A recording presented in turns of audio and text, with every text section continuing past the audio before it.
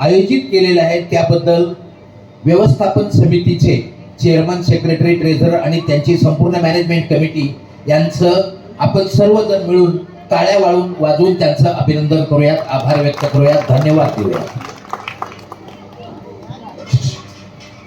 या ठिकाणी आम्हास प्राप्त अशा माहितीनुसार, कृपया मध्ये बोलू नका का, आम्हास प्राप्त झालेल्या माहितीनुसार आपल्या सोसायटीचे सभासद 400 पेक्षा जास्त आहेत. बरोबर आहे? म्हणजे 400 पेक्षा जास्त आहेत. आता 400 पेक्षा जास्त सोसायटीचे सभासद आहेत आणि हा शिक्षण प्रशिक्षण कार्यक्रम हा तुमच्यासाठीच, हा दुसरीकडे कुठं लांब आयोजित केलेला नाही.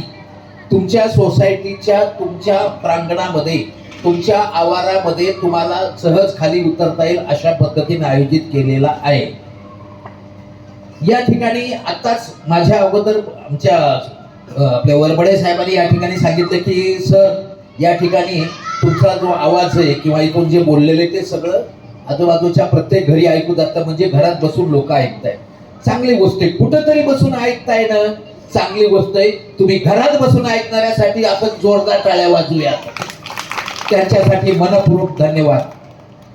अरे हा जो कार्यक्रम आहे हा तुमच्या पैशानं चाललेला आहे, तुमच्या पैशानं. आता तुमच्या पैशानं म्हणण्यात आपल्याकडे एज्युकेशन अँड ट्रेनिंग फंड आपण काढतो की नाही, 10 रुपये प्रत्येक महिन्याला तुमच्या मेंटेनन्स बिलामधून एज्युकेशन अँड ट्रेनिंग फंड जो काढला जातो तो फंड तुमचा आहे. त्या फंडाचा विनियोग, उपयोग शासन म्हणतं की लोकांना शिक्षण देण्यासाठी करा. लोकांचा प्रश्न असेल असं, आमच्यापैकी बहुतेक लोक सगळे ग्रॅज्युएट आहेत, पोस्ट ग्रॅज्युएट आहेत, कुणी डॉक्टर आहेत, इंजिनियर आहेत, वकील आहेत. आम्हाला शिक्षण प्रशिक्षणाची गरज काय? आपल्या शिक्षण व्यवस्थेमधलं दुर्दैव आहे की तुमच्याकडे एखादा LLB झालेला असेल, पण LLBचा पूर्ण सिलेबस होताना हाऊसिंग सोसायटीचे जे नियम आहेत ते कुठेही तुम्हाला शिकायला मिळाले नाहीत. ही दुर्दैवाचा भाग आहे. आम्ही आतापर्यंत 2500 पेक्षा जास्त सहकारी हाऊसिंग सोसायटीमध्ये ही एज्युकेशन ट्रेनिंग प्रोग्राम आम्ही राबवलेले आहेत. आज त्या ठिकाणी आम्हाला काही ठिकाणी कलेक्टर, डेप्युटी कलेक्टर, तहसीलदार, आयुक्त, उपायुक्त अशी मंडळी भेटली. त्यांचा जो रोजच्या कामकाजाचा भाग आहे तेवढंच त्यांना माहिती, याच्याबद्दल त्यांना माहिती नाही. आम्ही सर्वसामान्य माणसं आहेत, पण तुम्हाला मेंटेनन्सची बिलं द्यावीच लागतात. ते चुकतात का? नाही चुकत, बरोबर आहे. पण हे जे कायदे जे म्हणजे ही सोसायटी कशी चालते याच्यासाठी जे कायदे बनवलेले आहेत, हे कायदे तुमच्यासाठी बनवलेले आहेत. त्या कायद्याची तुम्हाला माहिती नसल्यामुळे कोणी येतो आणि तुम्हाला फसवतो.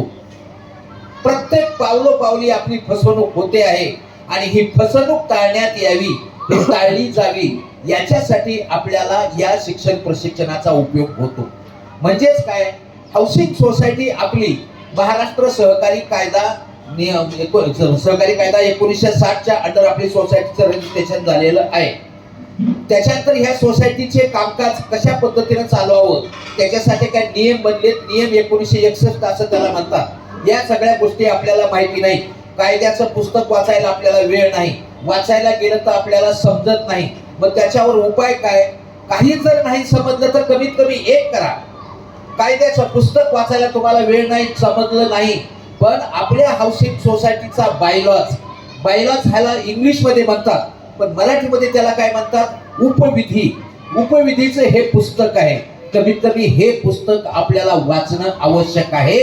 या पुस्तकामध्ये आपल्या हाऊसिंग सोसायटी संबंधित जेवढे काही नियम, कायदे आहेत, महत्वाचे मुद्दे आहेत, असे 175 पॉइंट्स या हाऊसिंग सोसायटीच्या उपविधी पुस्तकामध्ये, बायलॉज मध्ये आहेत. अहो, हे पुस्तक वाचायला पण आम्हाला वेळ नाही.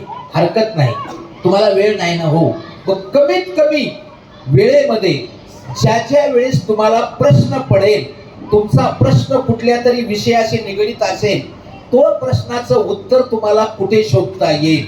वकिलाकडे गेलं तर बिगर पैशाचं तुम्हाला कोणी सल्ला देणार नाही. चार्टर अकाउंटंटकडे गेलं, बिगर पैशाचं तुम्हाला कोणी सल्ला देणार नाही.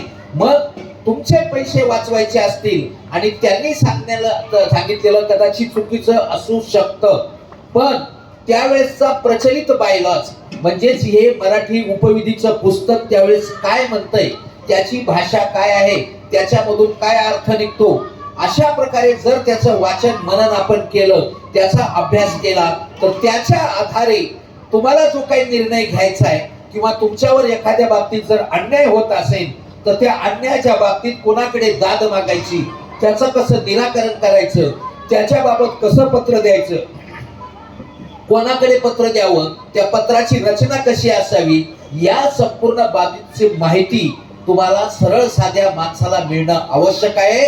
कारण तुम्ही या सोसायटीचे सभासद, फक्त सभासद नाहीत, तुम्ही या सोसायटीचे मालक आहात.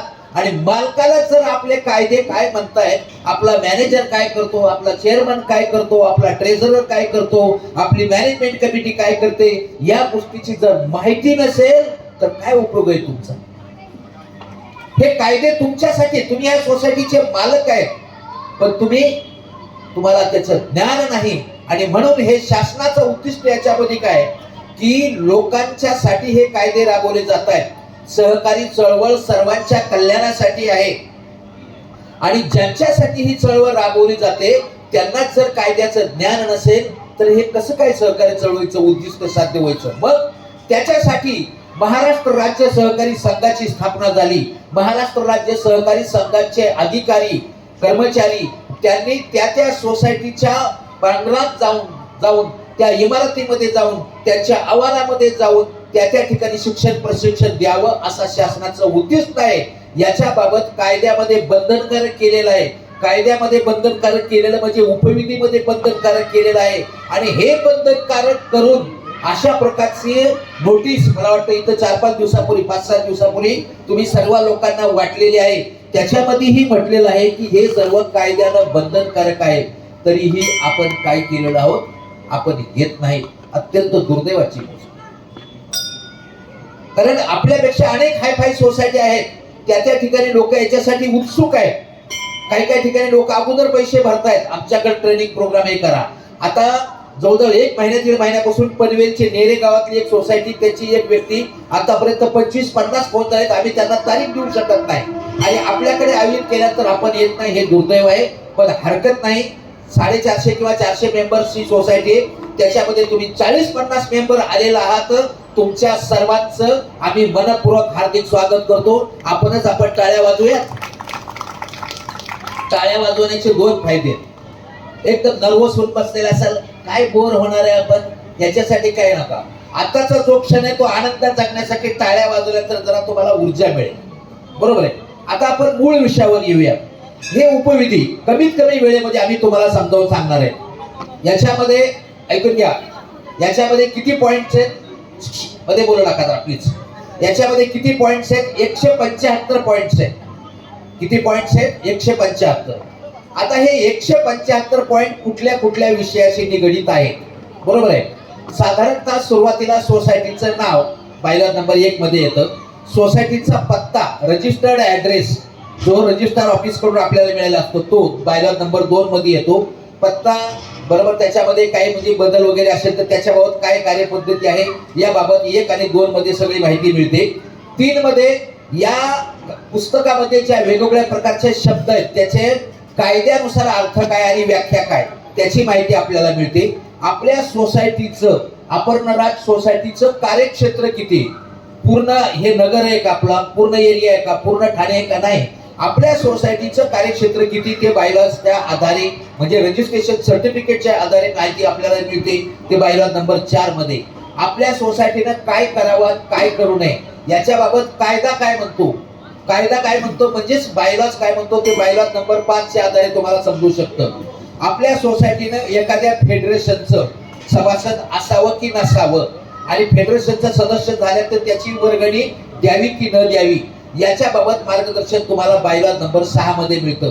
म्हणजे पहिला जो भाग केलेला आम्ही तो बायलॉ नंबर 1 to 6 याच्यामध्ये या बायलॉज बाबत तुम्हाला प्राथमिक माहिती मिळते. आता पुढचा जो प्रश्न आहे तुमचा, आपली सोसायटी रजिस्टर्ड झाली, सगळं झालं, पण सोसायटीचं कामकाज चालवायचं कसं चालवायचं, त्याला पैसा पाहिजे, बरोबर आहे की नाही. पैशालाच इंग्लिश मध्ये काय म्हणतात, फंड. त्याला चांगल्या मराठी भाषेमध्ये सरकारी भाषेमध्ये त्याला काय म्हणतात, निधी. फंड कसा तयार करायचा, इंग्लिशमध्ये ज्याला म्हणतात creation of fund, utilization of fund, investment of fund, फंडाची निर्मिती, फंडाचा विनियोग आणि फंडाची गुंतवणूक कशी करावी, कोणकोणते फंड निर्माण करावे, त्या फंडाची गुंतवणूक कुठे करावी, फंड किती प्रमाणात खर्च करण्याचा मॅनेजमेंट कमिटीला अधिकार आहे, एखाद्या कामावर जास्त खर्च होणार असेल तर त्याच्यासाठी कुठली पद्धत आहे, याबाबतची संपूर्ण माहिती जर तुम्हाला पाहिजे असेल, वेळोवेळी आपल्याला सतत एक्सपर्ट सोबत किंवा एखाद्या वकिलासोबत राहणं आपलं शक्य नाही, पण आपले प्रश्न आपल्यालाच आपल्या पातळीवर सोडवता आले पाहिजेत. याच्यासाठी तुमचा प्रश्न ज्यावेळेस फंडाशी निगडीत असेल, नेहमी कधी तुम्हाला भविष्यात तो प्रश्न येऊ शकतो, फंडाशी निगडीत तुमचा प्रश्न असेल, तुम्हाला पूर्ण बायलॉज वाचायची गरज नाही, आमच्याकडे तेवढा वेळ नाही, आम्ही ते वाचू शकत नाही, एवढा वेळ आमच्याकडे नाही, या संपूर्ण मताशी मी सहमत आहे. पण तुमच्या प्रश्नाचं उत्तर त्यावेळेस खरं काय आहे हे जर शोधायचं असेल, फक्त बायलॉज नंबर 7 ते 15 बघा, उपविधी नंबर 7 ते 15. पूर्ण बायलॉज पढ़ने की आपको जरूरत नहीं है. म्हणजे उसमें कौन से फंड आते हैं, रिजर्व फंड है, सिंकिंग फंड है, मेजर रिपेयर फंड आहे, एज्युकेशन अँड ट्रेनिंग फंड आहे, त्याचा विनियोग कसा करावा, काय करावा, किती खर्च करण्याची अधिकार काय, या सगळ्या गोष्टीची माहिती, शेअर्स कसे म्हणजे हे करावे, शेअर सर्टिफिकेट देताना ती कशा त्याची रचना असावी, त्याच्यावर कोणाच्या सह्या असाव्यात, कोणाचे स्टॅम्प असावेत, या सगळ्या बाबतची माहिती तुम्हाला त्या 7 ते 15 मध्ये मिळेल. ही माहिती तुमच्या उपयोगाची आहे की नाही, आहे की नाही, हे तुमच्या उपयोगाची. आणि बाकीचं सगळं ज्ञान तिकडे तिकडे हे आहे, परंतु या घरामध्ये, या बिल्डिंग मध्ये तुम्ही राहताय, या बिल्डिंग मध्ये फक्त तुम्ही राहत नाही, तुमचा परिवार राहतोय, 24 तास तुम्ही राहताय. इथल्या वातावरणाचा परिणाम फक्त तुमच्यावर नाही, तुमच्या धर्मपत्नीवर, तुमच्या आई बाबावर, तुमच्या मुलावर होतो. एका बिल्डिंग मध्ये जर 2 ग्रुप असतील तर जेंट्स मध्ये 2 ग्रुप, लेडीज मध्ये 2 ग्रुप, मुलामध्ये 2 ग्रुप, त्याच्यामुळे वातावरण खराब होते. मतभेद होऊ शकतात, पण मतभेद जरी असतील तरी या कायद्याच्या आधारे, बायलॉजच्या आधारे कशा प्रकारे आपापसातले मतभेद मिटवता येऊ शकतात, हा खरा शिक्षण प्रशिक्षणाचा उद्देश आहे. आपापसातले मतभेद वाढवणं हा नाही. आता हे मुद्द्याचा तुमचा निधीचा पॉइंट झाला, फंडाचा पॉइंट तुमचा झाला. आता त्याच्यानंतर आपण हा फंड कोणाकडून जमा केला जातो, शासन देते का आपल्याला, काही नाही, बाहेर कुणी देतोय का, बाहेर कुणी येणार असेल त्यांनी दिला तर त्याच्यामध्ये काहीतरी हेतू असेल. पण तुम्हाला तुमच्या पायावर तुमच्यासाठी सक्षमपणे कामकाज करायचं असेल तर तुम्हाला तो हा फंड कोणाकडून क्रिएट केला जातोय, सहकार क्षेत्रामध्ये सभासदांच्याकडूनच.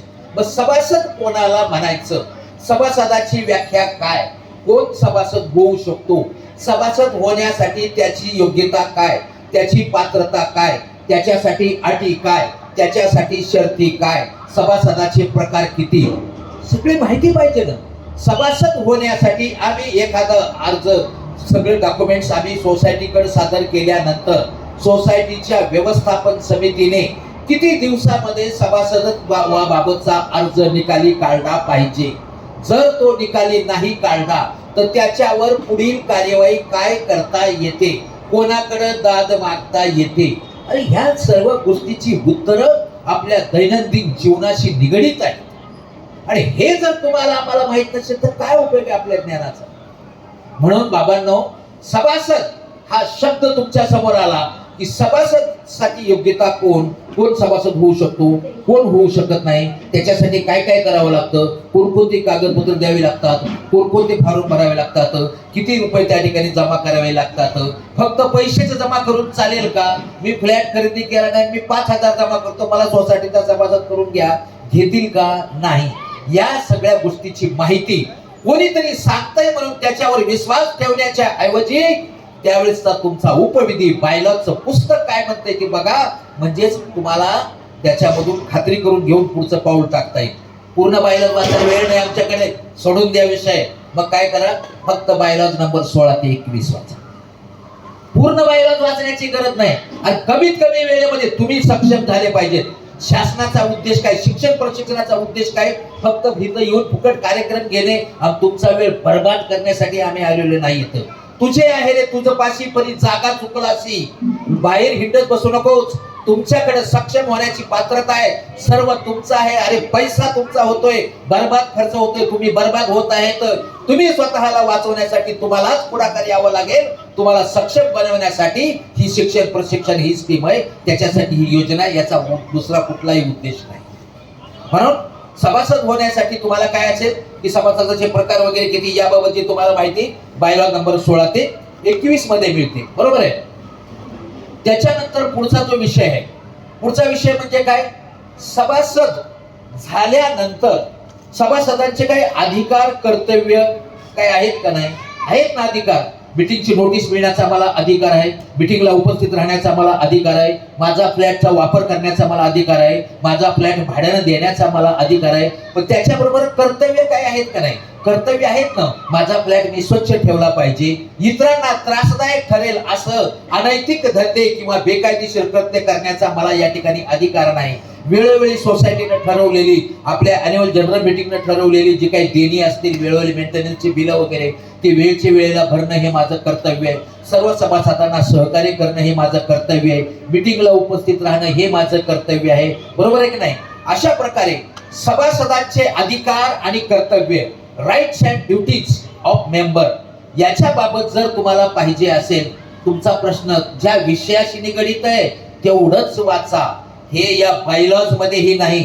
आम्हालाही हे नंतर लक्षात आलं. आम्ही ज्यावेळेस सुरुवातीला एज्युकेशन अँड ट्रेनिंग द्यायला सुरुवात केली ना, सकाळी 10 वाजता लेक्चर सुरू झालं, संध्याकाळी 8:30 वाजेपर्यंत लेक्चर चालू आहे, पण हे काही बायलॉज काही संपत नाही. विषय इतका महत्वाचा आहे.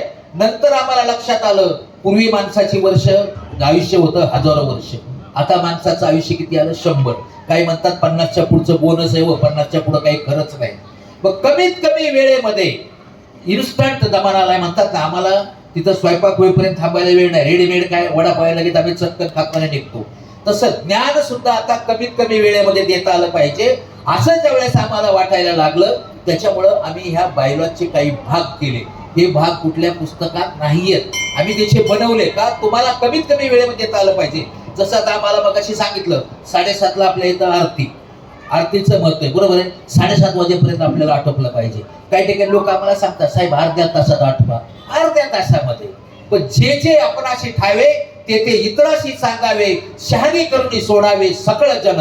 म्हणून त्याच्या दृष्टिकोनातून हा आमचा उद्देश त्याच्यामध्ये आहे, कमीत कमी वेळेमध्ये तुम्हाला कसं देता आलं पाहिजे. म्हणून सभासदांचे अधिकार, राईट्स अँड ड्युटीज, अधिकार आणि कर्तव्य या दोन्हीची सांगड घातली तरच शांतता लाभते आणि जीवन सुखी समाधानाने जगता येतं. आणि त्या हाऊसिंग सोसायटी मधल्या सभासदांचे अधिकार आणि कर्तव्य याची जर तुम्हाला माहिती पाहिजे असेल, पूर्ण उपविधीचं पुस्तक, पूर्ण बायलॉज वाचण्याची गरज नाही. फक्त बायलॉज नंबर 22 ते 44 वाचा. पूर्ण बायलॉज वाचायला तुमच्याकडे वेळ नाही, वेळ वाया घालवू नका. त्याच्यासाठी फक्त 22 ते 44 एवढंच वाचा. आता त्याच्यानंतर पुढे सभासदांची काही जबाबदाऱ्या, बरोबर आहे का नाही, राईट्स ड्युटीज, त्याच्याच बरोबर दुसरा एक शब्द होतो रिस्पॉन्सिबिलिटी अँड लायबिलिटीज. जबाबदाऱ्या आणि उत्तरदायित्व. सभासदांनी काहीतरी त्यांच्या जबाबदाऱ्या आहेत, त्या जबाबदाऱ्या कोणत्या आहेत त्याच्याबाबत देखील काही माहिती असली पाहिजे ना. कोणीतरी व्यक्ती सांगतोय म्हणून त्याच्यावर विश्वास ठेवायचा नाही. आपला कायदा काय म्हणतो, कायद्याचं पुस्तक 1000-1500 एवढं पुस्तक आहे, त्याच्यामध्ये शोधायला गेलो तर उत्तर आम्हाला सापडत नाही. मग त्याच्यावर इलाज काय, त्याच्यावर उपाय म्हणजे हे उपविधीचं पुस्तक वाचणे. ज्याला उपविधी मराठीमध्ये वाचता येतो त्यांना मराठीमध्ये वाचा. ज्याला मराठी समजत नाही त्याच्यासाठी दुसरा पर्याय आहे, हे इंग्लिश मध्ये मिळते. इंग्लिश में भी है, मराठी में भी है. आणि कुठे मिळतात, ठाण्याला ठाणे जिल्हा हाऊसिंग सोसायटी फेडरेशनचं ऑफिस आहे, बीसीसी बँकेच्या, जिल्हा मध्यवर्ती सहकारी बँकेच्या ऑपोजिट साईडला, तिथे मिळतात. हे याची किंमत पण काही जास्त नाही. म्हणजे हे तुमचं वाचन, हे तुमचं शिक्षण, हा तुमचा अभ्यास, हा तुमच्यासाठी अत्यंत महत्वाचा आहे. सभासदांचे जबाबदार आणि कर्तव्य, रिस्पॉन्सिबिलिटी अँड लायबिलिटीज याच्याबाबत जर तुम्हाला माहिती पाहिजे असेल, bylaws number 45 to 62, bylaws number 45 ते 62. बऱ्याच लोकांच्या ठिकाणी सोसायटीमध्ये आता दुर्दैवाने आपल्याकडे तेवढा कोणी इंटरेस्ट दाखवत नाही. हे लोक पॉइंट लिहून घेत आहेत. 1-2 आठवड्यापूर्वी मला वाटतं मागच्या संडेलाच ना, पालघर नाही आपलं Kharghar cooperative housing society federation, त्या फेडरेशनच्या 500 सोसायटी सभासद आहेत. 500. त्यांचं अध्यक्ष एक कर्नल आहे, रिटायर्ड कर्नल. त्यांनी तिथे हे केले. ते इतके हायली क्वालिफाईड सगळे लोक होते ना, प्रत्येक जण पॅड आणि पेन घेऊन बसलेला. ते काय एज्युकेटेड नव्हते का? होते. पण त्यांना आपल्यासाठी अजूनही ज्ञान कसं घेता येईल आणि जे ज्ञान मिळणं आपला हक्क आहे, मूलभूत अधिकार आहे. आम्ही या देशाचे मालक आहोत, नागरिक आहोत, या सोसायटीचे मालक आहोत, नागरिक आहोत. त्याच्याबरोबर आमचे कर्तव्य, जबाबदाऱ्या, आमचे हक्क काय याच्याबाबत माहिती असली पाहिजे. हे सगळ्या गोष्टी माहिती होण्यासाठी आमच्याकडे तेवढा वेळ नाही, म्हणून कमीत कमी वेळेमध्ये हे जे आम्ही वेगवेगळे पार्ट केलेत ना, ते पार्ट ते स्वतः लिहून घेतो. रिस्पॉन्सिबिलिटी अँड लायबिलिटीज बाबत तुम्हाला काय वाचायचंय? बायलॉ नंबर 45 ते 62 वाचायचंय. बरोबर आहे. आता मॅनेजमेंट कमिटी. मॅनेजमेंट कमिटी म्हणजे चेअरमन, सेक्रेटरी, ट्रेझरर, त्याच्यानंतर त्यांचे मॅनेजर यांच्यासाठी महत्वाचे bylaws. Day to day working मध्ये तुम्हाला दैनंदिन तुम्हाला लोक दररोज भेटत असतात, तुम्हाला वेगवेगळ्या प्रकारच्या तक्रारी घेऊन येतात. तक्रारी घेऊन आल्यानंतर शक्यतो तुम्ही त्यांना विनंती करावी की बाबा तुमची जी काय तक्रार असेल ओरली तुम्ही ऐकून घ्या त्यांच्याकडून, परंतु त्यांना लेखी द्यायला सांगा. तुमच्याकडे आलेल्या लेखी तक्रारीवर तुम्ही किती दिवसात कार्यवाही केली पाहिजे, कशा पद्धतीने कार्यवाही केली पाहिजे. व्यक्तिगत पातळीवर चेअरमन, सेक्रेटरी, ट्रेझरर यांनी कोणीही निर्णय घेण्यात येऊ नये. जे काय करायचे ते त्या मासिक सभेमध्येच करावं. मासिक सभेमध्ये त्याच्याबाबत सुलभ म्हणजे सर्व प्रकारे चर्चा घडवावी. चर्चेचं मिनिट्स व्यवस्थित लिहावं, त्याचा ठराव व्यवस्थित लिहावा. ठराव जर एकमताने झाला असेल तर एकमताने असा शब्दप्रयोग वापरा. ठराव जर बहुमताने पास झाला असेल तर बहुमताने तो पास झालेला आहे. बहुमताने पास होत असताना तो ठराव मंजूर करण्याच्या बाजूने किती मतं, त्याच्या विरोधाच्या बाजूने किती मतं पडली, हे सगळं त्या मिनिट्स मध्ये लिहा. त्याच्यामध्ये वाईट काही नाही. जेवढं तुम्ही चांगल्या प्रकारे मिनिट्स लिहाल त्याचाच तुम्हाला कोर्टामध्ये किंवा सहकारी किंवा सरकारी कार्यालयामध्ये त्याचा एक पुरावा म्हणून त्याचा उपयोग होऊ शकतो. जर ते विषय एक मिनिट जर तो विषय मॅटर जर सिरियस असेल, महत्वाचा असेल, तर त्याच्यावर तुम्ही प्रपोजर आणि सेकंडर म्हणजे सूचक आणि अनुमोदकांची नावं घ्या. काही वेळेस आज नाव दिलेलं पुढच्या मीटिंगला दुसरे बदलतात लगेच. ते म्हणतात आम्ही असं बोललो नव्हतो. महत्वाचा जर विषय असेल, ज्यांनी सूचना मांडलेल्या त्याचं सूचक म्हणून नाव घ्या, ज्यांनी अनुमोदन दिलेले त्याचं अनुमोदक म्हणून नाव घ्या आणि वेळ लागली तर त्यांच्या सह्या घ्या तिथे, जेणेकरून तुम्हाला सगळ्या प्रकारे तुम्हाला चांगल्या पद्धतीने तुमचे मिनिट्स त्या ठिकाणी नोंद करता येतील. म्हणजेच काही ती मीटिंग झाल्यानंतर ठराविक दिवसामध्ये त्या संबंधित तक्रारदाराला त्या तक्रारीचं निराकरण करता आलं पाहिजे. येणारी तक्रार जर अपूर्ण असेल तर तुमची तक्रारच अपूर्ण आहे, त्याच्यासोबत अजून काही दुसरे कागदपत्र आम्हाला हवे आहेत, अशा प्रकारचे लेखी पत्र तुम्ही त्यांना देऊ शकता का? म्हणजेच दैनंदिन कामकाज करत असताना विशेषतः मॅनेजर, चेअरमन, सेक्रेटरी, ट्रेझरर यांना अत्यंत महत्वाचे असे जे उपविधी आहेत बायलॉ नंबर 63-64 त्यांनी ते काढायचे. त्याच्या आधारे त्यांनी त्याची कार्यवाही करायची. पुढे त्याच्यानंतर काय? Levy charges of society. आता लेव्ही चार्जेस ऑफ सोसायटी म्हणजे काय? आपण प्रत्येक महिन्याला सोसायटीला त्यांच्याकडून बिल आल्यानंतर आपण मेंटेनन्स चार्जेस देतो. ते मेंटेनन्स चार्जेसच्या मध्ये कोणकोणत्या प्रकारचे हे आहे, त्याची रचना कशी असावी, त्याची विभागणी कशी असावी, त्याचा आकार कसा लावलेला आहे, का तसा लावलेला पाहिजे, त्याच्या बाबत काही कायद्यामध्ये मार्गदर्शन आहे का? कायद्याचं पुस्तक आम्हाला समजत नाही, मग उपविधीमध्ये मार्गदर्शन आहे का? उपविधी हा शब्द मराठीतला आहे तो आम्हाला समजत नाही, त्यालाच इंग्लिश मध्ये बायलॉज म्हणतात. बायलॉज मध्ये त्याच्याबाबत काही मार्गदर्शन आहे का? आहे. त्याची रचना कशी असावी, ही रचना कशी असावी हे तुमचा अकाउंटंट, तुमचा मॅनेजर, तुमचा बिल बनवणारा तोही चुकू शकतो ना, कारण तो माणूस आहे. शेवटी काम करताना प्रत्येकाच्या चुका होतात.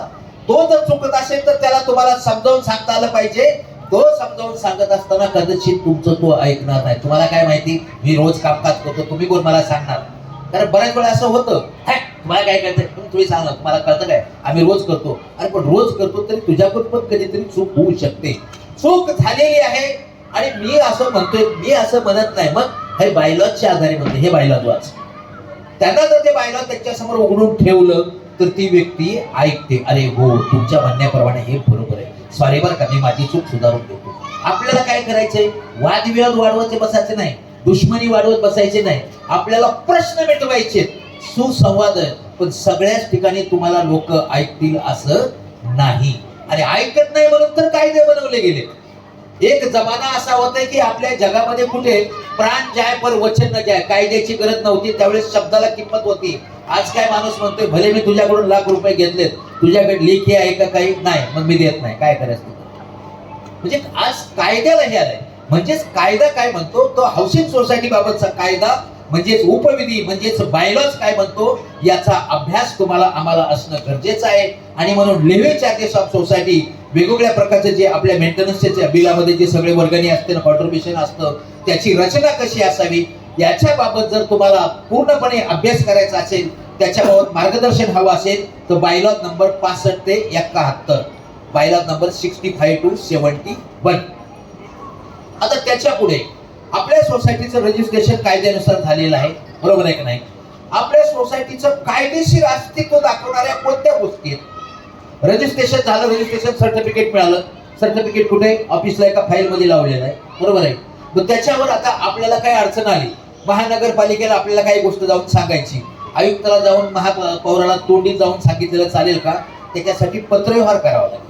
तो पत्रव्यवहार कशा पद्धतीने केला पाहिजे, ज्या नावानं तुम्हाला रजिस्ट्रेशन मिळालेलं आहे त्याच नावाचं लेटर हेड, बरोबर आहे, त्या लेटर एवढं 30 तारीख रजिस्ट्रेशन मिळालेली, तो नंबर, त्याच्यावरच काय तुमच्या पदाधिकाऱ्यांच्या सह्या, चेअरमन, सेक्रेटरी, ट्रेझरर, त्याचबरोबर त्या सोसायटीचा राऊंड स्टॅम्प, गोल शिक्का.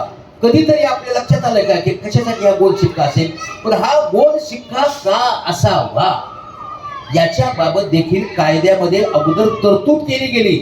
आणि जी तरतूद कायद्यामध्ये केली गेली तीच तरतूद या बायलॉज मध्ये उपविधीमध्ये आली. याच्या बाबत तुम्हाला कुठे माहिती मिळेल, बायलॉज नंबर 72 ते 75 बघायचं. पूर्ण बायलॉज वाचण्यासाठी तुमच्याकडे वेळ नाही ना, 16 विषय, पण कमीत कमी जे तुम्हाला गरजेचं आहे, ज्यावेळेस कुठली गरज कधी लागेल सांगता येत नाही, त्यावेळेस चटकन तुम्हाला हे करता आलं पाहिजे. आता हे समजा आमच्या समोर हे पडलेलं आहे, मागच्या एका लेक्चरला हे काहीच नव्हतं, बरोबर आहे की नाही. पण आता समजा आम्हाला पाठ आहे आणि समजा हा एक पेपर समजा आमच्या खिशामध्ये असला, जे रेफरन्स कुठं चुकलं तर, बरोबर आहे, तेवढ्या याच्यावरही आम्हाला हे सांगता येते. म्हणजे तुम्हाला सुद्धा जर हे पाठ झालं तर तुम्हाला घाबरून जाण्याचं, भीती वाटण्याची काही गरज आहे का, टेन्शन घेण्याची काही गरज आहे का. आरामशीर नंतर बायलॉज काढून बघा. पण पूर्ण बायलॉज वाचायला, मी आता ट्रेन मध्ये चाललोय, मला पूर्ण बायलॉज वाचायला वेळ नाही, मला भेटीपर्यंत जायचंय. अरे पण तोपर्यंत अर्धा तास पाऊण तास मध्ये मिळतोय ना, तेवढ्यामध्ये तेवढाच नंबर काढत तेवढंच बघ, आणि थोड्या वेळात नंतर त्याच्यावर मला की ह्याचं हे उत्तर आहे आणि आपण याच्यावर हे असं करू शकतो. तुमचा आत्मविश्वास वाढेल की नाही, जगण्याचा आनंद तुम्हाला वाढला पाहिजे, त्याच्यामध्ये तुम्हाला मिळेल. त्याच्यासाठी हे तुम्हाला एज्युकेशन ट्रेनिंग आहे. म्हणजेच तुमच्या सोसायटीचं रजिस्ट्रेशन झाल्यानंतर त्याची कायदेशीर अस्तित्वाची चिन्ह काय आहेत याच्या बाबत बायलॉज नंबर 72 ते 75 याच्यामध्ये तुम्हाला माहिती मिळते. आता ही आपली बिल्डिंग आहे, या बिल्डिंग मध्ये आपण राहतोय, फक्त आपण नाही, आपली पूर्ण फॅमिली राहते, मुलं बाळ वगैरे, आपलं भविष्याचे कर्ज काढून आपल्याला ह्या घेतलेल्या असतात. हप्ते भरता भरता आपलं आयुष्य जातं, पण कर्जामध्ये जन्मतो, कर्जामध्ये जगतो आणि कर्जामध्येच मरतो, अशी सर्वसामान्य माणसाची परिस्थिती आहे. निदान या ठिकाणी आपल्या मोठ्या मोठ्या शहरामध्ये घरं घेण्याच्या बाबतीत तरी, बरोबर आहे की नाही. मग हे जी बिल्डिंग आहे, हे बिल्डिंग चांगल्या सुस्थितीमध्ये राहण्यासाठी लायक आहे का की धोकादायक झालेली आहे, याच्या बाबत जर धोकादायक होण्याच्या मार्गावर असेल तर त्याच्यासाठी उपाययोजना काय, धोकादायक झाली का नाही, पहिली गोष्ट ही तर माहिती पाहिजे. त्याची माहिती कोण देणार, त्याची माहिती कशी होईल, त्याच्यासाठी या बिल्डिंगचं काय केलं पाहिजे, बांधकामाचं लेखापरीक्षण केलं पाहिजे. त्याला इंग्लिश मध्ये काय म्हणतात, स्ट्रक्चरल ऑडिट. स्ट्रक्चरल ऑडिट कोण करू शकतो, कोणाकडून करावे, कधी करावे, का करावे, याच्या बाबत कुणीतरी सांगतोय म्हणून का, एखादा मी स्ट्रक्चर ऑडिटर आहे, माझा धंदा व्हावा म्हणून मी सांगत असेल घ्या प्रत्येक वर्षी करून, तर करायचं का. कायदा त्याच्या बाबत काय म्हणतो, कायद्याचं पुस्तकात आम्हाला कुठं शोधायला वेळ नाही, ते आम्हाला कळत नाही. बायलॉज काढ, बायलॉज मध्ये कुठे मिळेल, स्ट्रक्चरल ऑडिट बाबत जर तुम्हाला माहिती पाहिजे असेल, ओनली बायलॉज नंबर 76 बघायचा, बाकी कुठं काय बघायची. काय म्हणतो बायलॉज नंबर 76, 15 वर्षाची बिल्डिंग झाली की तुम्हाला 15 वर्षानंतर आणि 30 वर्षापेक्षा कमी असं ज्या बिल्डिंगचं आयुष्य झालेलं असेल त्या बिल्डिंगला किमान किमान शब्द वापरतोय, इथं कायद्यात तसं म्हटलेलं आहे. किमान 5 वर्षामध्ये एक वेळेस त्या बिल्डिंगचं स्ट्रक्चरल ऑडिट करून घेतलं गेलं पाहिजे. ज्या बिल्डिंगचं आयुष्य 30 वर्ष झालेली आहेत, कंप्लीट झालेलं आहे, 30 वर्षाच्या पुढे, कारण बिल्डिंग आता काय झाली वरचीवर जुनी होत चालली, 5 वर्ष इथं थांबून चालणार नाही. मग प्रत्येक 3 वर्षामध्ये किमान एक वेळा तुम्ही त्या बिल्डिंगचं काय केलं पाहिजे, स्ट्रक्चरल ऑडिट केलं गेलं पाहिजे. कोण सांगतो याच्याबाबत, कोणाकडून करावे, त्यांचं एक पॅनल असतं. ते पॅनल कोणाकडे मिळेल, उदाहरणार्थ आपण ठाणे एरियामध्ये राहतो तर ठाणे महानगरपालिकेचं स्ट्रक्चरल ऑडिटरचं एक अधिकृत पॅनल असेल. त्या पॅनलच्या लिस्टमध्ये ज्यांची नाव आहेत त्यांच्याकडूनच ते केलं गेलं पाहिजे. ही सगळी माहिती, याला कुठला तरी आधार असला पाहिजे ना. हा आधार आहे, हा आधार कायद्यामध्ये आहे. तुमच्या बाबतीत प्रत्येक निर्णय, प्रत्येक सरकारी कार्यालयामध्ये जे निर्णय घेतले जातात तो कायद्याचा आधार घेऊनच घेतले जातात. मग त्याच्या अगोदर आपण कायद्याची माहिती घेतली तर काय हरकत आहे. मग त्या स्ट्रक्चर ऑडिट बाबत तुम्हाला कुठे माहिती मिळेल, बायलॉ नंबर 76 बघायचा, बाकी तुम्हाला काही बघायची गरज नाही. त्याच्यानंतर तुम्हाला पुढे काय करायचं, पुढे काय नाही करायचं याच्या बाबत तुम्हाला ऑटोमॅटिक आपोआप मार्गदर्शन या ठिकाणी मिळेल. बरोबर आहे. म्हणजे 76-77 मध्ये या स्ट्रक्चरल ऑडिट बाबत तुम्हाला या ठिकाणी माहिती मिळते. त्याच्यानंतर आता पुढचा जो प्रश्न आहे, बहुतेक बिल्डिंग मध्ये असतो असा प्रश्न. आता तुमच्या बिल्डिंग मध्ये आम्हाला तर या ठिकाणी प्रचंड मोकळी जागा दिसते. मला वाटतं तुम्ही लोक जरा नशीबवान दिसता, कारण बऱ्याच ठिकाणी पार्किंग बाबत जरा बरीचशी भांडणं. पार्किंग मध्ये 8 माळ्यापर्यंत पार्किंगच आहेत त्यांच्या, कुठली गाडी कुठं लागते काही समजतच नाही. एका बिल्डिंग मध्ये आम्ही असं करू, एवढी मोठी पार्किंग, आमचीच गाडी कुठं लागलेली आम्हालाच सापडणार अर्धा पाऊण तास. पण त्या मानाने तुमच्याकडे जागा मोठी, तरीही पार्किंग हा प्रश्न आहेच ना. हो, आज नाही तर उद्या येणार आहे ना. हो, मग पार्किंग बाबत काय नियम आहे, काय धोरण आहे. आता मी त्याच्याबाबत पार्किंग या शब्दाबाबत 100% सगळ्यांचं समाधान होईल अशी तरतूद अजून कायद्यामध्ये येईल. पण नाही म्हणून काही सोडून जायचं का. कुठे तुम्ही गेलात तरी तुम्हाला प्रश्न येणारच आहे. प्रश्नाचा सामना तुम्हाला करावाच लागणार आहे. म्हणून तुम्हाला मैदान सोडून चालणार नाही. घर सोडून गेलात कुठेतरी जाऊन तुम्हाला घरामध्ये राहावंच लागणार आहे. मग प्रत्येक ठिकाणी तिथं तुम्हाला प्रश्न येणारच आहे. ते प्रश्न सोडवण्यासाठी आता सध्या जी काही उपलब्ध परिस्थिती आहे, उपलब्ध सध्याचे प्रचलित कायदे आहेत आणि त्या कायद्याच्या आधारे तुम्हाला त्या प्रश्नाची सोडवणूक करता आली पाहिजे. म्हणजे हाऊसिंग सोसायटी रिलेटेड जे काही तुमचे प्रॉब्लेम असतील ते सोडवण्यासाठी तुम्हाला हाऊसिंग सोसायटीचा बायलॉज जो इंग्लिश मध्ये उपलब्ध आहे, मराठीमध्ये उपलब्ध आहे, तो तुम्ही वाचणं आवश्यक आहे. मग तुमचा जर प्रश्न पार्किंगशी संबंधित असेल तर तुम्ही काय करायचंय, बायलॉ नंबर 78 to 84, फक्त बायलॉ नंबर 78 ते 84 पूर्ण बायलॉ वाचायची गरज आहे का, नाही. तुमचा वेळ बर्बाद करायला आम्ही आलेलो नाही. तुमचा वेळ वाचला पाहिजे. प्रत्येक क्षण तुम्हाला ज्ञान मिळवण्यासाठी उपयोगी आला पाहिजे. तुमच्या जीवनामध्ये येणाऱ्या अडचणी दूर करण्यासाठी या ज्ञानाची गरज आहे. हे शिक्षण प्रशिक्षण त्याच्यासाठी आहे, तुमचा वादविवाद वाढण्यासाठी नाही. तुमचे वादविवाद मिटवण्यासाठी, सुसंवाद वाढवण्यासाठी, तुम्हाला सक्षम बनवण्यासाठी हे एज्युकेशन अँड ट्रेनिंग प्रोग्राम आहे. म्हणजेच पार्किंगच्या बाबत जर तुम्हाला प्रश्न आला तर काय बघायचंय, बायलॉ नंबर 78 to 84. त्याच्यानंतर पुढे आपण जाऊया. आपण सगळे सोसायटी चांगल्या प्रकारे कामकाज करते, बरोबर आहे की नाही. पण कुठलाही निर्णय चेअरमन, सेक्रेटरी, ट्रेझरर किंवा कोणीही मॅनेजमेंट कमिटी मेंबर किंवा मॅनेजर यांनी व्यक्तिगत पातळीवर घेऊ नये असं मी म्हणतोय का, मी नाही म्हणत. कोण म्हणतोय, कायदा म्हणतोय. कोण म्हणतोय, उपविधी म्हणतोय. मग कुठे घ्यायचे निर्णय, आम्ही सभेमध्ये निर्णय. सभेलाच इंग्लिश मध्ये काय म्हणतात, मीटिंग. मीटिंग हा शब्द तुमच्या समोर आला, सभा हा शब्द तुमच्या समोर आला.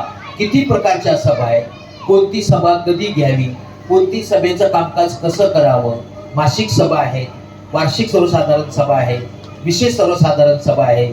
सुरुवातीला बिल्डिंग ज्यावेळेस सोसायटी ज्यावेळेस रजिस्टर झाली त्यावेळेस पहिली सर्वसाधारण सभा, अशा अनेक प्रकारच्या सभा आहेत.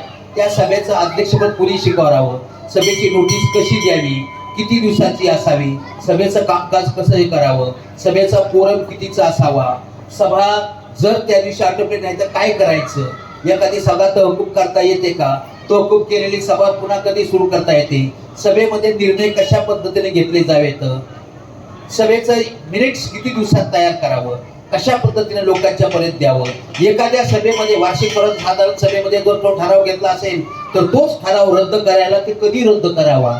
अरे या सगळ्या इतक्या महत्वाच्या प्रश्नाची उत्तरं जर तुम्हाला शोधायची असतील जे तुमच्या जीवनाशी निगडीत आहेत, सभा मीटिंग हा शब्द प्रळला, मला एबीसीडी काही माहिती नाही, आज कशी नोटीस काढायची, काही घाबरून जाऊ नकोस, बघ ते बायलॉज, त्या बायलॉज मध्ये वार्षिक सर्वसाधारण सभेची नोटीस कशी असेल त्याची रचना दिलेली आहे आणि तेच कशा क्रमाने तू त्याच्यातून लेटर टाईप कर आणि लोकांना देऊन टाक. अरे इतकं तिकडे रेडी मटेरियल त्या ठिकाणी आले. सभा हा शब्द तुमच्या समोर आला, घाबरून जाऊ नका. सभेचे निर्णय कसे होतील, सगळ्या प्रश्नाची उत्तर तुम्हाला जर कुठे मिळतील, फक्त बायलॉज नंबर 85 ते 109 वाचा. कुठे बाहेर जायची गरज नाहीये. तुम्ही जर हे वाचलं आणि हे वाचून जर तुम्ही डीडीआर ऑफिसला, रजिस्टर ऑफिसला गेलात ना आणि याचा संदर्भ देऊन जर तुम्ही जर त्यांच्याशी बोलायला लागलात ना, ते म्हणतील साहेब खुर्ची घ्या. अरे साहेबांना चहा सांगा झाला, नाही तर आपल्याला उभाही करत नाही. ज्ञान तुम्हाला सर्वत्र पूजनी, म्हणजे सगळ्याच ज्ञानाला तिकडे तिकडे किंमत मिळते. एक वेळ तुमचा पैसा नसेल तर चालेल, पण तुमच्याकडे ज्ञान असतं, कारण ज्ञान पुन्हा पैशाला पण खेचून आणू शकतो. किंवा तुम्हाला राहण्यासाठी तुम्हाला सगळ्या प्रकारे मदत करेल. वादविवाद व्हायला लागले, तुम्ही समोर त्याला समजावून सांगण्याची क्षमता आणि त्याला हा आधार आहे असं सांगितल्यानंतर समोरचा तुम्हाला शिवे देणारा सुद्धा वाकून तुम्हाला नमस्कार करायला लागेल. त्याच्यासाठी तुम्हाला हे पावलोपावली तुम्हाला अडचण येणार आहे.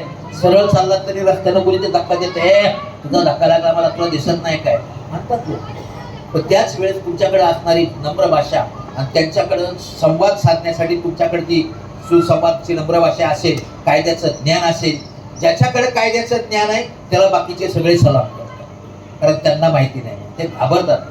आपल्याला लोकांनी घाबरावायच्यासाठी नाही, पण त्यांनाही मदत करता यावी आणि तुम्हाला व्यवस्थित जगता यावं, त्याच्यासाठी याची गरज आहे. आणि हाऊसिंग सोसायटीच्या संबंधीचे ज्ञान आहे ना तुम्हाला सगळ्यांना अत्यंत आवश्यक आहे. म्हणजेच तुम्हाला सभेच्या बाबतची माहिती पाहिजे. 85 ते 109 बायलॉज नंबर 85 to 109. आता त्याच्या पुढे आपली सभा किंवा आपली सोसायटी कशा पद्धतीप्रमाणे तिचं व्यवस्थापन करण्यात यावं. व्यवस्थापन ज्याला इंग्लिशमध्ये मॅनेजमेंट, ऍडमिनिस्ट्रेशन असे 2-3 शब्द आहेत. कशा पद्धतीने व्हावं. आपल्या सोसायटीच्या याची संचालकांची संख्या किती असावी, निवडून आलेल्या संचालकांचा कार्यकाल किती वर्षाचा आहे, निवडणूक कशा पद्धतीने व्हावी. त्याच्यानंतर निवडणूक घेण्याच्या बाबत निवडणूक घेत असताना तुमच्या सोसायटीचं मॅनेजमेंट कमिटी मेंबर किंवा संचालक होण्यासाठी त्याच्या पात्रता काय, कोण एलिजिबल आहे आणि कोण हु इज नॉट एलिजिबल, म्हणजे कोण पात्र आहे आणि कोण अपात्र आहे, त्याच्यासाठी त्याने कशा पद्धतीने कामकाज केलं पाहिजे. त्याने सगळ्या पद्धतीप्रमाणे ही रचना ही सगळी तुम्हाला त्या ठिकाणी दिलेली. वार्षिक सर्वसाधारण सभा, वार्षिक सर्वसाधारण सभेमध्ये संचालक मंडळ जे 365 दिवस कामकाज करतं त्याचा आढावा balance sheet, income expenditure account वार्षिक सर्वसाधारण सभेसमोरच सादर का केलं जातं. बँक अकाउंट कोणत्या बँकेत ओपन करावं, ते बँक अकाउंट कोणी ऑपरेट करावं, बरोबर आहे की नाही, सभेचं अध्यक्षपद कसं हे करावं, मागच्या कमिटी करून दुसऱ्या कमिटीला चार्ज हँड ओव्हर कशा पद्धतीने करावा, किती दिवसात करावा, नवीन कमिटी निवडून आल्यानंतर पदाधिकाऱ्यांची निवड कशी घ्यावी. सोसायटीच्या मॅनेजमेंट कमिटीमध्येच 2 ग्रुप आहेत, एक चेअरमन सेक्रेटरी ट्रेझरचा एक ग्रुप आणि एक विरोधी ग्रुप आहे. बऱ्याच वेळा त्यांना असं वाटतं की आम्ही विधानसभेमध्ये किंवा लोकसभेमध्ये बसलोय. काही लोक त्यांना मंत्री समजतात, समोरचे विरोधामधले, म्हणजे असं त्यांच्यामध्ये चालू असतं. हे वादविवाद कसे मिटवता येतील. काही सोसायटीमध्ये अशी उदाहरणं बघायला मिळाली, मॅनेजमेंट कमिटी मधला मेंबर वार्षिक सर्वसाधारण सभे दिवशी समोर बसतोय आणि तो जास्तीत जास्त प्रश्न विचारतोय. काही गोष्टी चुकीच्या होत आहेत, पण चुकीच्या म्हटलं तर समोरच्याला राग येतो. त्याच्याऐवजी त्याला बायलॉजच्या आधारे तर कलम मान्य करेल. म्हणजेच व्यवस्थापन समितीमध्ये मतभेद असू शकतात, पण व्यवस्थापन समितीची संयुक्तिक जबाबदारी आहे का आहे. ज्याला विरोध करायचा आहे तो त्या ठिकाणी विरोध करू शकतो आणि त्याची नोंद त्या ठिकाणी घ्यायला लावू शकतो, बरोबर आहे का नाही. बहुमताने निर्णय घेतील तर घेतील नव्हते, पण माझं मत हे असं आहे त्या इतिवृत्तामध्ये त्याची नोंद करून तुम्ही घ्यायची आणि घेणाऱ्याने पण त्याची इतिवृत्तामध्ये नोंद करून घ्यावी. बरोबर आहे की नाही? म्हणजे तुम्ही शेप झाला. तर मी असं बोललो पण त्याने असं केलंच नाही. हो, ज्याने असं करत नसतील तर लेखी द्या त्यांना, त्यानंतर त्यांना ते घ्यावंच लागेल. म्हणजे असे काही जे मार्ग आहेत, काही एक ठराविक लेवलवर एक तुमचं स्टँडर्ड तुमचं वागणं असलं पाहिजे. कायमस्वरूपी म्हणजे जीवन एकामेकाचं संपवणारी दुश्मनी ठेवण्यामध्ये अर्थ नाही. हाऊसिंग सोसायटी काय? ही हाऊसिंग या शब्दाची सुरुवात कुठून होते? एच, बरोबर आहे की नाही? आता याच्यामध्ये राहतात कोण? ह्युमन राहतात ना, माणसं राहतात ना, जनावर राहतात का? नाही. पण बऱ्याच ठिकाणी मारामाऱ्या व्हायला लागले एकामेकाच्या, त्याच्यामुळे म्हणजे लोक जीव द्यायला लागले काय ठिकाणी. इतके वादविवाद छोट्या छोट्या कारणावर, हायली क्वालिफाईड लोक पण त्यांच्यामध्ये मारामाऱ्या. काय युट्यूबला, काय टीव्हीला, न्यूजला बातम्या यायला लागल्या. शरम वाटायला लागली आपण माणूस आहोत की नाही. म्हणजे आपण जर हे सगळं हे करत असेल तर आपल्याला कुठेतरी याच्यावर नियंत्रण घातलं पाहिजे. हे नियंत्रण घालण्याची जबाबदारी ही सगळी आपली आहे आणि आपण सगळ्यांनी मिळून याच्यासाठी या एज्युकेशन ट्रेनिंगच्या आधारे याच्यामध्ये जे जे काही सांगितलेलं आहे त्या बायलॉजचा आधार घेऊन हे आपल्याला मिटवता आलं पाहिजे. म्हणजेच संयुक्त जबाबदारी व्यवस्थापन समितीची आहे का? बायलॉज नंबर 137, 38, 39, 40 वाचा. सेक्रेटरी आणि चेअरमन यांच्यामध्ये कधी कधी भांडणं लागतात. चेअरमन एकाच बाजूला, सेक्रेटरी एका बाजूला. हा म्हणतो मी तुझ्याकडे बघतो, तो म्हणतो माझ्या तो याच्याकडे बघतो. भांडू नका. तुमची प्रत्येकाची जबाबदारी आहे. कायदा त्याबाबत काय म्हणतो, कायद्याचा अभ्यास करण्यात शक्य नसेल तर बायलॉज काय म्हणतो. 137, 38, 39, 40 हे बायलॉज तुमच्यासाठी अत्यंत महत्वाचे आहे. म्हणजे संपूर्ण सोसायटीचं मॅनेजमेंट, व्यवस्थापन कसं करावं याच्यासाठी पूर्ण बायलॉज वाचण्याची गरज नाही. काय करा? Bylaws number 1102 to 140, bylaws number 110 ते 140 पूर्ण बायलॉज वाचायची गरज आहे का? व्यवस्थापन, ऍडमिनिस्ट्रेशन, मॅनेजमेंट, निवडणुकीशी याच्याबाबत काही समजा मला नाही माहिती पाहिजे तेवढाच पार्ट बघा तुम्ही. पूर्ण बायलॉज तुम्हाला वाचायची गरज नाही. त्याच्यानंतर पुढचा भाग आहे. आम्ही आतापर्यंत काय काय केलं? संस्था रजिस्टर्ड केली, बरोबर आहे. सभासद झालो, फंड काढायला लागलो, ती माहिती झाली आम्हाला. सभासदांचे प्रकार ते माहिती झाले. सभासदांचे अधिकार, कर्तव्य माहिती झाले. सभासदांच्या जबाबदाऱ्या, उत्तरदायित्व माहिती झालं, बरोबर आहे. दैनंदिन कामकाज कसं करावं ते माहिती झालं. पार्किंगची समस्या कशी सोडवावी ते माहिती झालं, बरोबर आहे की नाही. त्याच्यानंतर सभा कशा घ्याव्यात तेही माहिती झालं, बरोबर आहे की नाही. त्याच्या पुढे व्यवस्थापन कसं चालवावं तेही माहिती झालं, बरोबर आहे. अरे पण ह्याची सगळ्याची नोंद कुठेतरी आली पाहिजे ना. पेपर, लोक काय म्हणतात, कायदा काय म्हणतो, सगळं तुमचं खरं आहे. हो, पेपर काय बोलतो ते महत्वाचं. न्यायालयामध्ये काय म्हटलं जातं, काय पेपर काय बोलतो, प्रूफ. पेपर बोला, पेपर शिवाय काही इथं खरं नाही. मग हे कुठेतरी पेपरवर आलं पाहिजे. पेपरवर यायचं म्हणजे काय?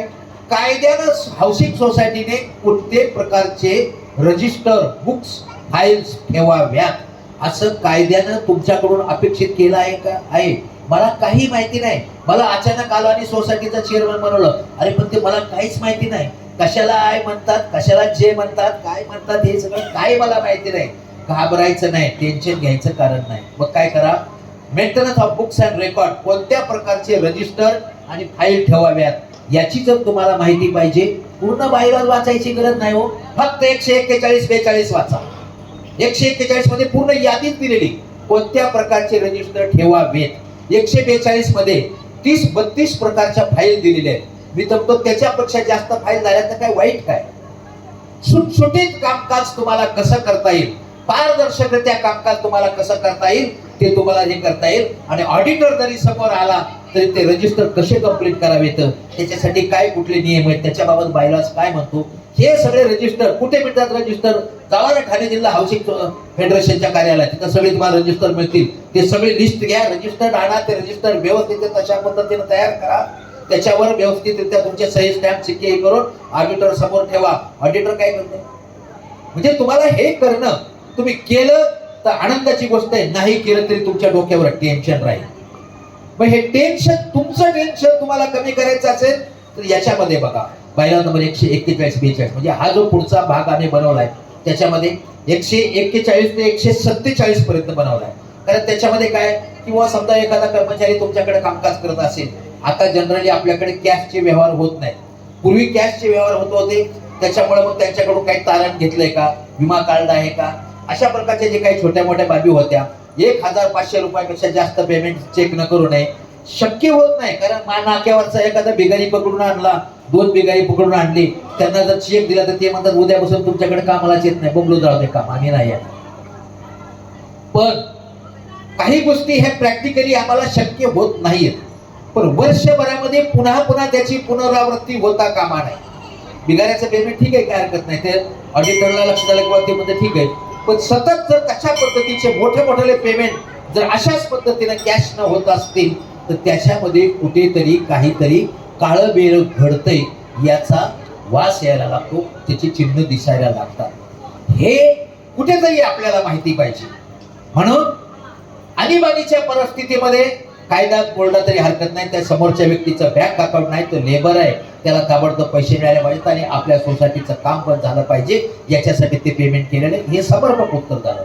पण पुन्हा पुन्हा त्याची पुनरावृत्ती होऊ नये याची खबरदारी घेण्यासाठी कायद्यामध्ये काय तरतूद आहे, ती बायलॉमध्ये काय तरतूद आहे ती आपल्याला माहिती पाहिजे. म्हणजेच अशा पद्धतीचे रेकॉर्ड ठेवण्याबाबत आणि छोट्या मोठ्या या गोष्टीबाबत 141 ते 147 मध्ये ती माहिती दिलेली. त्याच्यानंतर बायलॉ नंबर 148 ते 50 हा दुसरा एक भाग आहे. 148 ते 50 मध्ये काय, appropriation of profit and write off dues. म्हणजे तुमच्या सोसायटीला साधारणतः आता तुमची एवढी मोठी सोसायटी, वर्षाच्या काठी जर समजा तुमच्याकडे 25 लाख रुपये जमा झाले, सगळे ते म्हणजे मेंटेनन्स बिलाचे वगैरे ते सगळे मिळून 25 लाखापैकी समजा तुमचे 20 लाख रुपये खर्च झाले, बरोबर आहे की नाही, राहिले किती, 5 लाख राहिले, बरोबर आहे की नाही. जनरल लँग्वेज मध्ये, डे टू डे लँग्वेज मध्ये आपण याला काय म्हणतो, आम्हाला 5 लाख रुपये नफा झाला. पण या सध्याच्या या सहकारी याच्यामध्ये आपल्या हाऊसिंग सोसायटीसाठी त्याला एक खर्चापेक्षा उत्पन्न जास्त असं त्याला इथं म्हटलं जातं. त्याचं कारण काय, आपली हाऊसिंग सोसायटी नफा कमवणारी संस्था नाही. आपली हाऊसिंग सोसायटी काय, आपण सगळे मिळून एकत्र राहतोय ना, मग आपल्या सगळ्यांची एकमेकाला मदत व्हावी, सेवा देणारी संस्था म्हणून ती संस्थेनं कामकाज करायचे. म्हणून इथे बॅलन्स शीट होते पण प्रॉफिट अँड लॉस अकाउंट बनत नाही. इथं इन्कम अँड एक्सपेंडिचर अकाउंट बनतं. इन्कम एक्सपेंडिचर अकाउंट मध्ये त्या वर्षी जो समजा सरप्लस अमाऊंट समजा 5 लाख रुपये आपल्याकडे शिल्लक आहेत, त्या 5 लाखामध्ये बाबत बायलॉज काय म्हणतो, त्याच्यापैकी काही रक्कम तुम्ही पुढच्या भविष्यासाठी बचत करा. बचत करा म्हणजे कशी करा, राखीव निधीमध्ये ती रक्कम वर्ग करा. किती वर्ग करा, 25% रक्कम त्याच्यापैकी वर्ग केली पाहिजे. 25% off surplus should be transfer to reserve fund असं कोण म्हणतो, बायलॉ नंबर 148 म्हणतो. हे आपल्याला अकाउंटंट सांगत नाही, ऑडिटर सांगत नाही, मॅनेजर सांगत नाही. बऱ्याच वेळेला ह्या गोष्टी त्या सांगायला त्यांच्याकडे आपल्याला वेळ नसतो. पण आपल्याला त्या गोष्टीची माहिती असणं अत्यंत आवश्यक आहे. तसंच हो साहेब जरा प्लीज तुम्ही एक मिनिट प्लीज. हा त्याच्यानंतर right off dues. Right off dues म्हणजे काय, काही बाबी म्हणजे अकाउंट मध्ये काही रक्कम असतात ना की पाठीमागून त्या सस्पेन्स अकाउंटला टाकलेल्या असतात आणि ते लक्षातच येत नाही कोणाच्या आहेत काय पाठीमागून आले, आपण पुढे उडीत राहतो. काही वेळानंतर ते वर्षानंतर ते अमाऊंट वाढत जाते.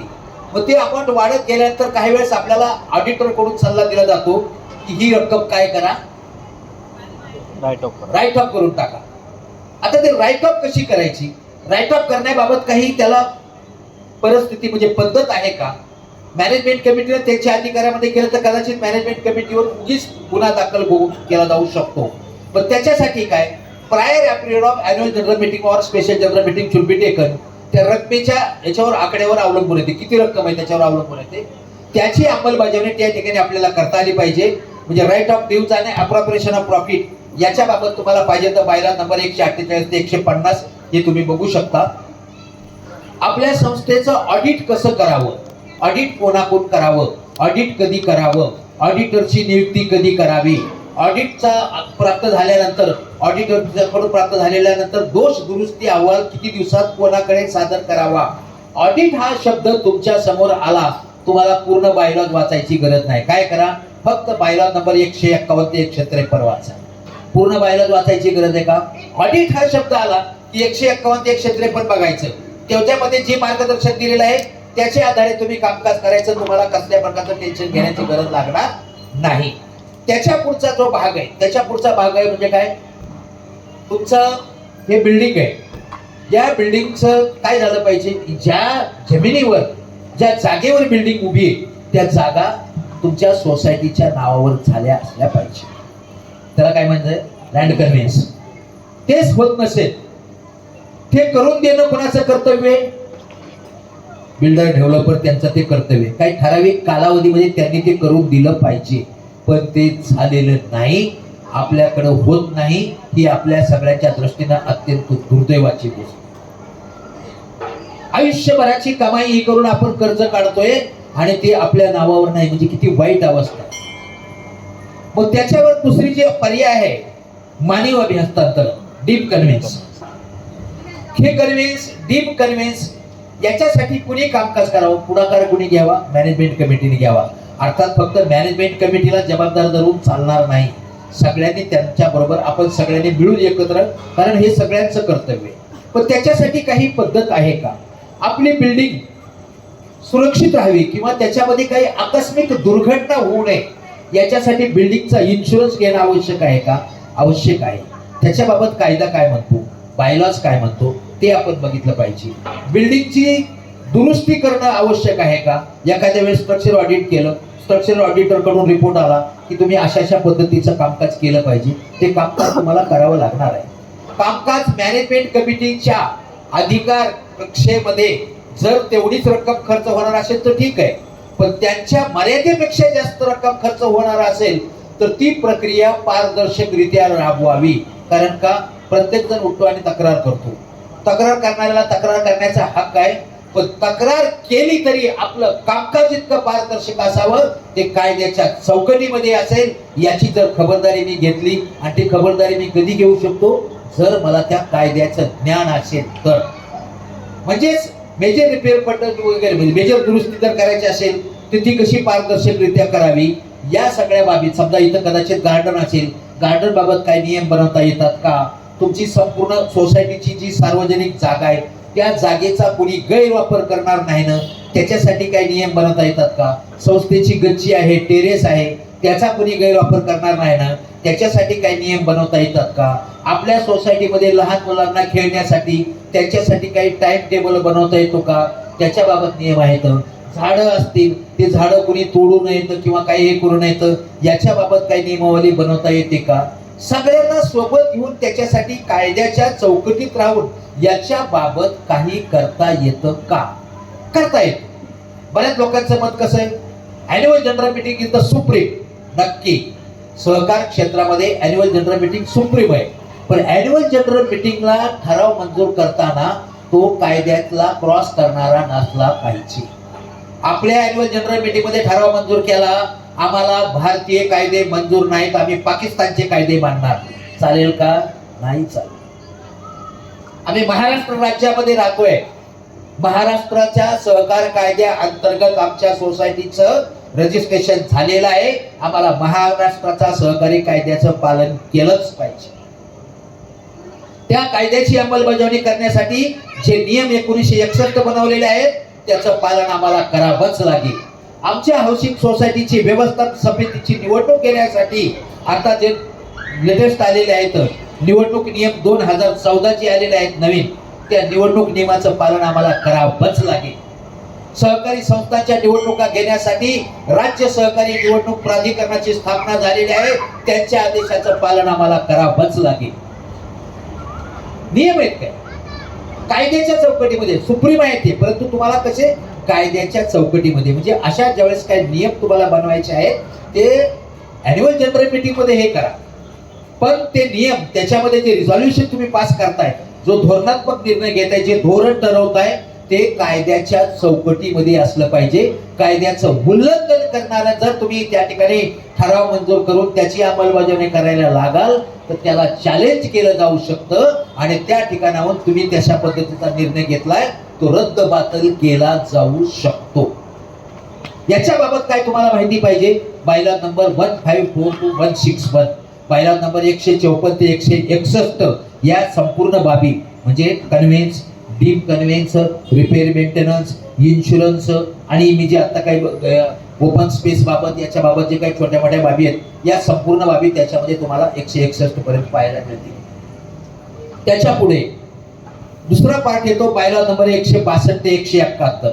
आता 162 ते 171 मध्ये सुरुवातीचा महत्वाचा मुद्दा काय की उदाहरणार्थ आपल्या सोसायटीचा, आता ही समजा गेट आहे, आपल्या सोसायटीचा नावाचा बोर्ड कुठे लावावा इथून सुरुवात आहे. काय काही जण म्हणतात ते असं इथं लावा तिथं लावा, पण त्याच्यामध्ये कायदेशीर काही मार्गदर्शन आहे का? आहे. आपल्या सोसायटीचा नोटीस बोर्ड कसा असावा, कुठे असावा, त्या नोटीस बोर्डावर आपण काय काय करावं, नोटीस लोकांना कशा पद्धतीने वाटावी. आता नवीन नोटीस वाटण्याची पद्धत काय काय आलेली आहे, नोटीस बोर्डावर लावावी, बरोबर आहे.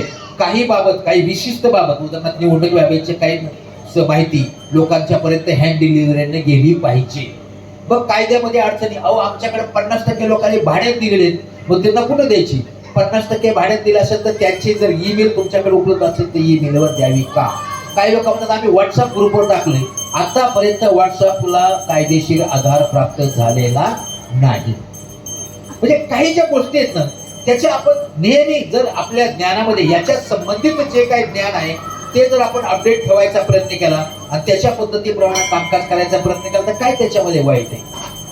काही बाबत कार्यवाही करता येते. म्हणजे छोट्या मोठ्या गोष्टी, वाईट गोष्टीची शक्यतो आपल्या सोसायटीमध्ये घडू नये, एकामेकावर दुश्मनी वगैरे असे प्रकार घडू नयेत.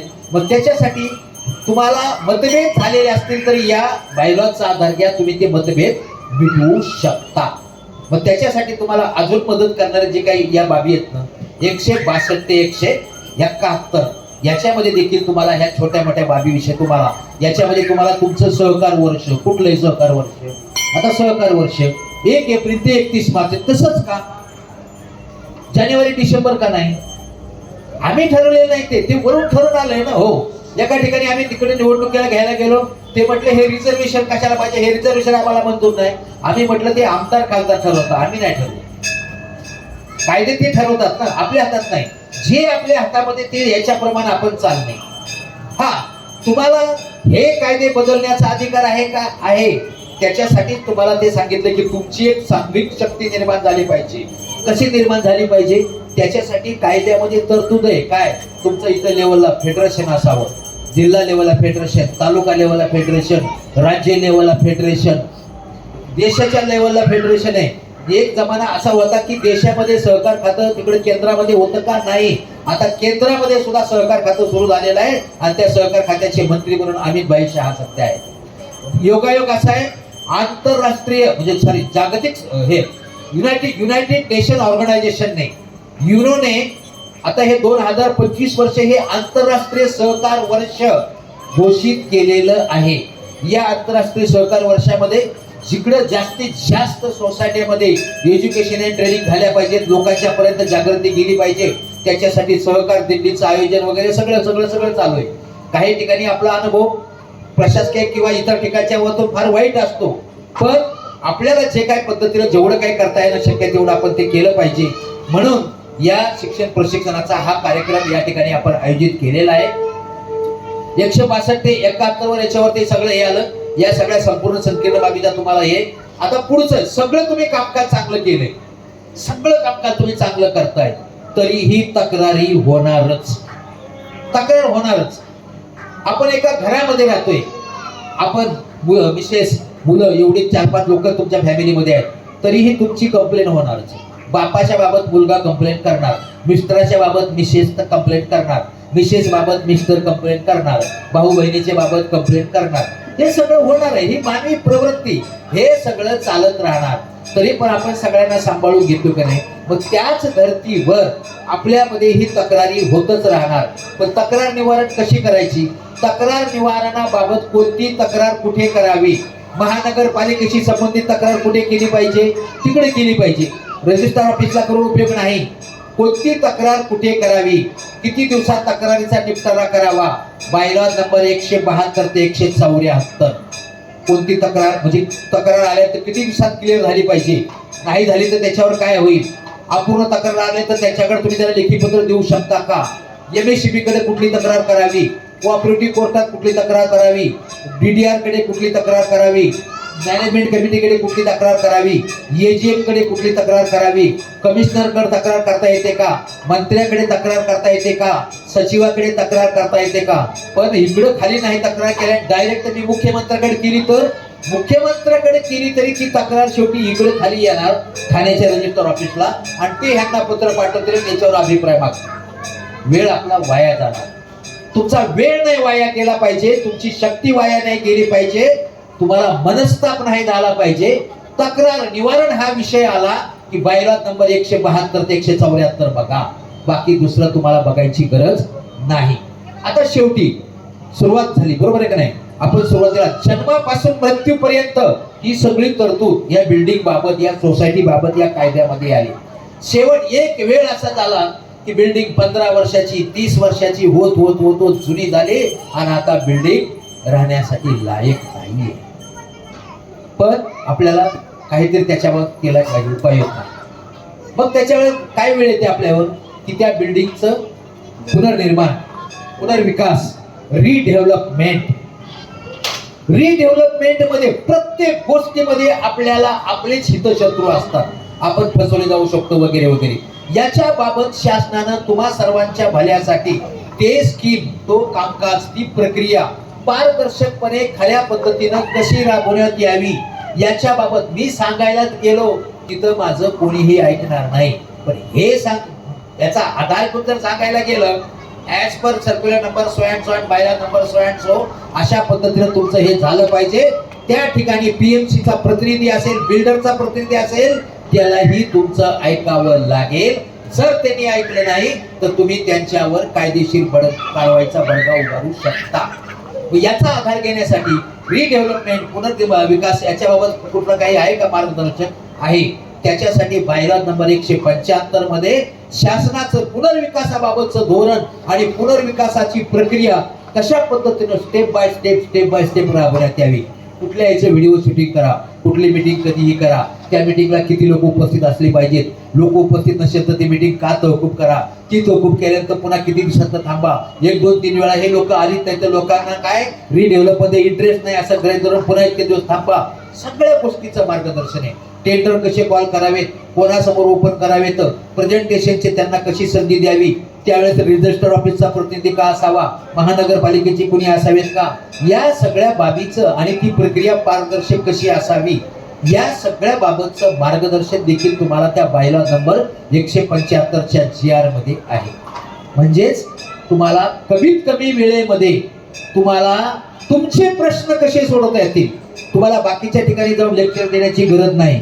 आम्ही म्हणतो लोकांना, तुम्ही म्हणाल आम्हाला लोकांना शहाणपणा शिकवण्यात आम्हाला इंटरेस्ट नाही आणि आम्हाला तेवढा वेळही नाही, कोणाच्या पाठीमागे लागा. अरे नका पाठीमागे लागो, कोणाच्या काय, पण तुमच्या भल्यासाठी तरी तुम्हाला आवश्यक आहे का नाही.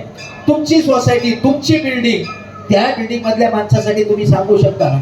आणि ऐकलं तर ऐकलं, नाही ऐकलं तर नाही ऐकलं, पण कायद्यामध्ये हे आहे, असं तुम्ही केलं तर तुमचं कल्याण आहे, नाही तुम्ही केलं तर तुमचं नुकसान आहे, एवढं सांगायचं आणि आपलं पुढे चलत राहायचं.